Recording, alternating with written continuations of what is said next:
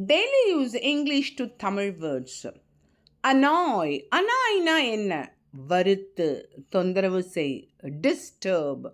அப்போ ஏறிட்னா வறண்ட, உலர்ந்த, ட்ரை பிளேஸ். ஆர்மினா என்ன? ஆர்மினா படை, ட்ரூப்ஸ். ஏன்ஷியன்ட்னா பண்டைய, ஓல்டு, பண்டைய காலத்தில், பழங்காலத்தில். ஓகே, அப்போ அப்பாலஜினா என்ன? அப்பாலஜினா மன்னிப்பு. ஆரோனா அம்பு. ஆஸ்னா என்ன? ஆஸ்னா கழுதை, முட்டாள்.